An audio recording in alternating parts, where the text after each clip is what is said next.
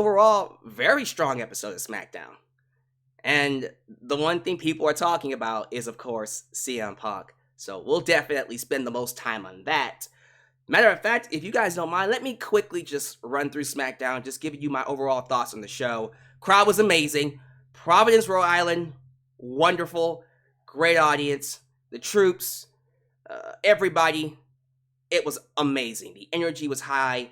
Michael Cole was leading the show this time, even though Kevin Patrick was in the center with JBL.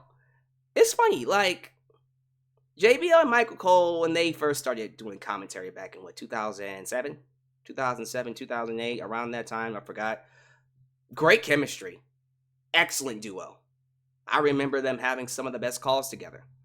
So, JBL on commentary, I never thought he was terrible, but there was a period of time from what was it, 2015, 16, to about 18, where he was unbearable.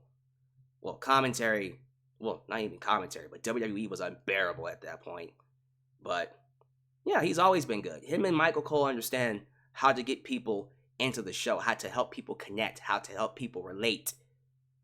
And I think being around those two, Kevin Patrick can improve. Because you can tell, they really, really want Kevin Patrick to be good at this. He's not yet, but they're going to keep him around people who are good until he figures it out. They will give him all the opportunities to be good. They're not going to give up on him. So I'm like, okay, look, Kevin Patrick, if they're going to keep giving you this screen time, if you're going to be put on commentary for this long, please be good. Please get good, and get good fast.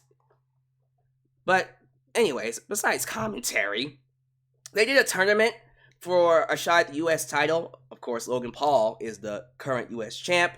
He was not on the show, but that actually made the show better. There's your weekly shot at Logan Paul.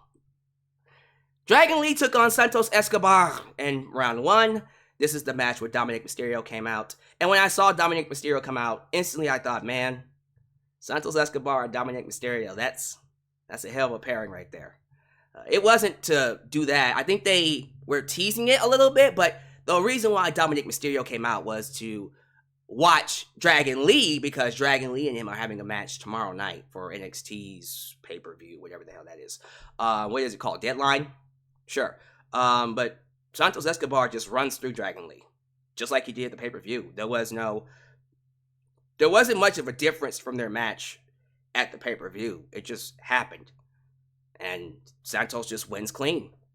Again. I would think Dragon Lee would at least, be distracted, unless I missed it. Maybe they'll say, well, Dragon Lee was looking at Dominic Mysterio, but that's not a distraction to me. Yeah, Santos just beat him clean. It is what it is. Can't get mad at that.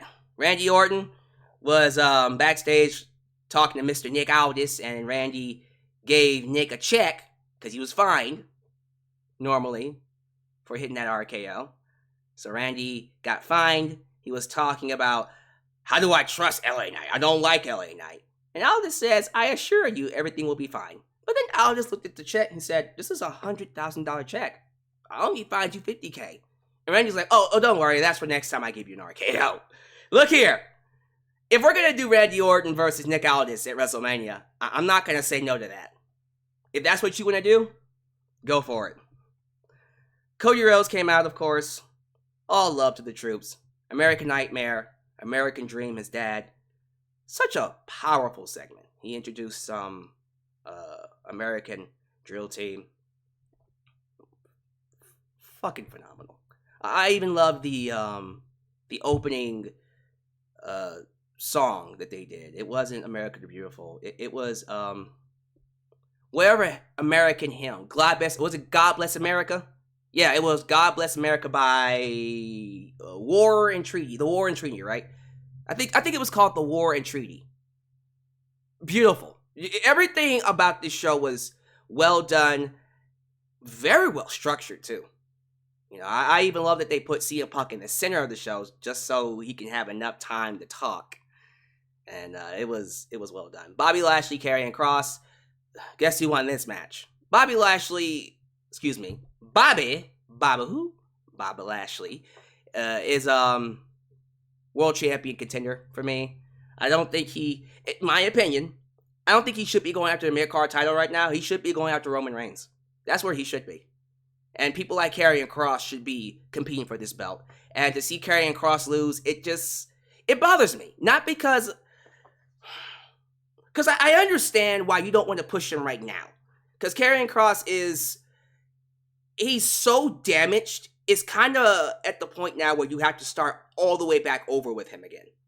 And for you to do that, you need time and you need space and you need people for him to feed. There isn't anybody for him to be fed right now. There isn't. Because everybody that's involved that could be fed to him is involved in something. Who's he going to be? For him to be able to do what he's doing, they would have to literally start feeding him just regular local jobbers again. And I don't know if that's the time or this is the time to be starting that off with. I don't know if we're able to do that right now, especially since we're in the middle of WrestleMania season. I would probably think they'll start to re-push him or repackage him and push him that way after WrestleMania, hopefully, because he's someone that is a good talent, him and Scarlett, and I hate that they're getting the short end of the stick right now. I don't think Triple H wants this to happen, but that's what happens, man. Them's the breaks. He came back in with all kinds of buzz. I remember when he returned in 2022, and we're thinking, man, that's a main event player right there. And then he lost to Drew, and it's almost like it was just a downward slope. He just never got back there. So if they want to revamp him, I also remember that he was supposed to have a program with Bray Wyatt, which I think would have revamped him. Damn, rest in peace, Bray Wyatt. Hopefully they work it out with Karrion Kross. Bayley! Miss Bayley was confronted by Io Sky and her gang, Damage Control. Bayley tried to apologize to them about, look, my bad about last week. I caused that. I know you guys don't want to talk to me. And the girls won't even talk to her in English. They're speaking to each other in Japanese. And Dakota Kai had to tell her, look, just give us some space. Stay back here. And everything will be cool. And you could just see Bayley just be dejected. So at least now she knows. She's aware that, okay, I'm losing points here. I'm being the odd one. I'm being painted as the odd one in the group. So I don't need this reputation. Let me do right now. Let me start doing right. So we had this match with Asuka and Charlotte Flair. Io Sky and Kairi Sane gets run off by the women's division. But then Bayley comes out and helps Asuka beat Charlotte. So I guess she earned some points from that. If you want to extend this until like around WrestleMania before Bayley turns babyface, then yeah, like let her help them win some matches before she does something really stupid and potentially gets her ass kicked. Which I'm thinking is probably going to happen with an Io Sky losing the belt or something along those lines. I don't know. We'll have to see. The main event was Randy Orton, Mr. RKO, and everyone say his name with me, LA Knight, yeah! Taking on the Bloodline, Big Jimmy Uso, and Solo Sikoa. Look here, this crowd was hot for LA Knight and Randy Orton. Those are some two massive baby faces right there. Huge, as you would think they are. And this match was fun because of how into the match the crowd is. Although I'm pretty sure the wrestlers were into the crowd as well. But yeah, this match was all over the place. It was chaotic. Lots of DDTs. There was lots of let's just say tension between Randy Orton and LA Knight. Because at the end there, LA Knight tried to go for the blunt force trauma on Jimmy Uso, but Randy Orton pulled Jimmy away and hit the RKO because he wanted to get the pin. And LA Knight was like, that was mine, man. The hell? So you're seeing some things starting to build here, because you know eventually LA Knight and Randy have to clash to find out who faces Roman Reigns Eventually, they're going to have to go head-to-head. Also with another guy who could potentially be on SmackDown. He won't. But I love what they did with this show in terms of getting things ready for the future. And now, we can talk about what everyone has been waiting for me to talk about. But before we get to that, y'all gotta know what time it is. It is time we get a quick word from our sponsor. Today's video is sponsored by SeatGeek. If you're a wrestling fan looking for access to great seats for any wrestling event near you, then you want to use this app. With over 28 million downloads, SeatGeek stands as the unrivaled #1 ticketing app in the market today. SeatGeek constantly delivers incredible deals on ticket prices. When you're exploring the app, keep an eye out for the special green dots that mark the best deals. What's even better is that every ticket you purchase is backed by SeatGeek's buyer guarantee, with the option to return your tickets and even swap them before the events. So here's an exclusive for you. If you click the link down below and use the promo code JustAlex, you can get $20 off your first purchase. Yes, $20 off any ticket that you purchase using the promo code JustAlex. This is a sweet deal that you could use literally right now. So don't wait. Click the link, download the app, and join the SeatGeek family today. And now, we can get to what everyone has been waiting for me to talk about. Hey, if you watched the entire video up to this point, I do appreciate you for making me a part of your day. Please check out the sponsorship, SeatGeek. You can get $20 off of any ticket purchase. Seriously, any ticket purchase you get on SeatGeek. Tell them your boy sent you. All right, enough. CM Punk is what people are here for me to talk about. That's right. Mr. Phillip Brooks made another appearance in WWE, this time on SmackDown. He is currently a free agent, so he can work or appear on either show. Will that remain the case going forward? I have no idea. I don't know if he's actually going to sign the Raw. I think they'll want him to work a lot on both shows. I would think so. I mean, if he's going to be around, you would want to do Roman Reigns and CM Punk at some point, right? And if the rumors are true that Roman Reigns is taking a break after WrestleMania, you might want to squeeze Punk in, if not at Rumble, you might want to squeeze him in at Chamber. Just go ahead and squeeze him in and get the money off of that. Because if Punk is going to be in the Rumble, which he is, and he's facing Seth Rollins at WrestleMania, which he should, then you want to do Roman versus Punk at some point in between that. Maybe they'll do Roman and Punk at night 1, and then CM Punk, Cody Rhodes and Roman at night 2. We'll figure that one out, but I think you gotta do Punk and Roman, especially after this promo. So, Punk comes out, big pop, massive pop. They welcomed him with open arms here in Providence, Rhode Island. He says he's got good news. This is 9 o'clock, and he's not gonna get his time cut.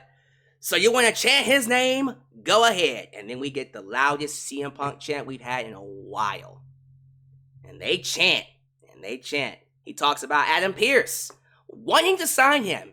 And don't you think the crowd at Raw was a bit louder? And then, he gets in the chair a little bit louder, blah, blah, blah, blah. But he also polls the crowd as to whether they want him to win the Royal Rumble and go on to main event WrestleMania. And they're all fired up now. They're like, yeah, that'd be good. That's some good Oh, sorry. He says an old friend of his who welcomed him back with open arms famously comes out and asks, what do you want to talk about? And he says he's famous for talking, but he's also been listening and knows there's a few people who are upset. They don't like the happy-go-lucky CM Punk, who says, hey guys, I love you guys, I'm home. And he listens and hears and understands that. So he wants to turn it up to 11 and be like, spicy CM Punk. You know and love, and it's not what you all want to talk about, but who you want him to talk about. The first person he talks about is your Universal Champion, your Tribal Chief. Acknowledge him. Roman Reigns. He acknowledges Roman Reigns and congratulates him on his success, but tells them not to forget who the OG Paul Heyman guy was. That is true. And that he was his first wise man. He was his wise man first. Roman might not be here, but his cousins are. Solo, big tough son of a gun that he doesn't know, but he knows Jimmy Uso. And shout out to Jey Uso on Raw. Jey Uso did an interview with The Bump where he was all about CM Punk coming to WWE. Ain't that funny? Anytime you ask these wrestlers how they feel about CM Punk coming to WWE, a lot of them say, yeah, we'll work with him because we're professional. Now, are they just saying that because they're told to? I don't think they have to like Punk. They can say, I don't think it's a good idea for him to be here. Seth Rollins isn't saying that. But I think he's allowed not to say that. Kevin Owens didn't say that. We'll definitely see where that one goes. But these are the things he wrestles with. And Jimmy, did I say wrestles? What's wrestles? These are the things that he wrestles with. And Jimmy, he's got a lot of cousins. Oh my goodness. Endless Samoans, right? And he's in scrap with them. He's going to need backup. But can he trust Randy Orton? He has history with Randy. Can he trust LA Knight? Yeah, probably not. Nah. But he likes LA Knight. And then he's like, who else? This is when it gets good. Oh, this is when it gets good. This is when it gets good, ladies and gentlemen. Punk is like, who else should I talk about? How about Kevin Owens? That'd be interesting. For the record, Kevin Owens and CM Punk, anytime, anywhere, money, give it to me. Can he tag with him? Or maybe he'll fight him. You might want to pump the brakes on that. Because Kevin Owens is a prickly kind of guy. And they're probably too much alike. And this is where it gets spicy. He says he doesn't know who would feel comfortable working with someone who just randomly punches people in the face backstage.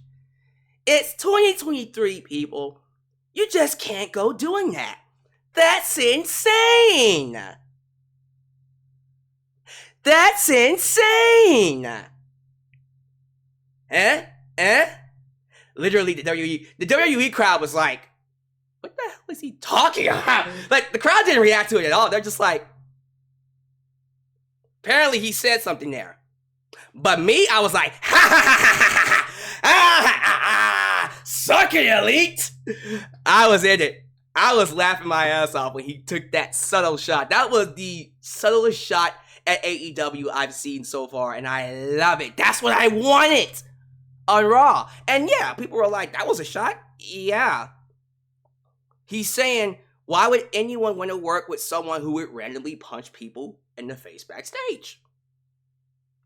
CM Punk was given all of this hell about being hard to work with. He having to sign these contracts. People saying that he's dangerous. Tony Khan, oh my God, my life was in danger. My life was in danger. Oh my God, he was hurting me.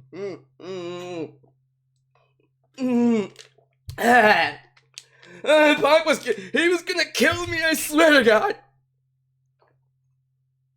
Everyone's saying that CM Punk is just big ass asshole. He's hard to work with. But yet WWE is willing to work with him. Impact Wrestling was willing to work with him. Hell, NWA was willing to work with him. All these MMA companies are willing to work with him. Also, think about it this way. If he is as big of an asshole as everyone is paying him out to be, why the fuck would AJ Lee be still married to him? Did anyone just stop and think that although I do think he shares some responsibility in what happened in AEW, and I'm not taking that away from anyone's argument, don't you just think that maybe, potentially, that the stories against him were maybe over-exaggerated?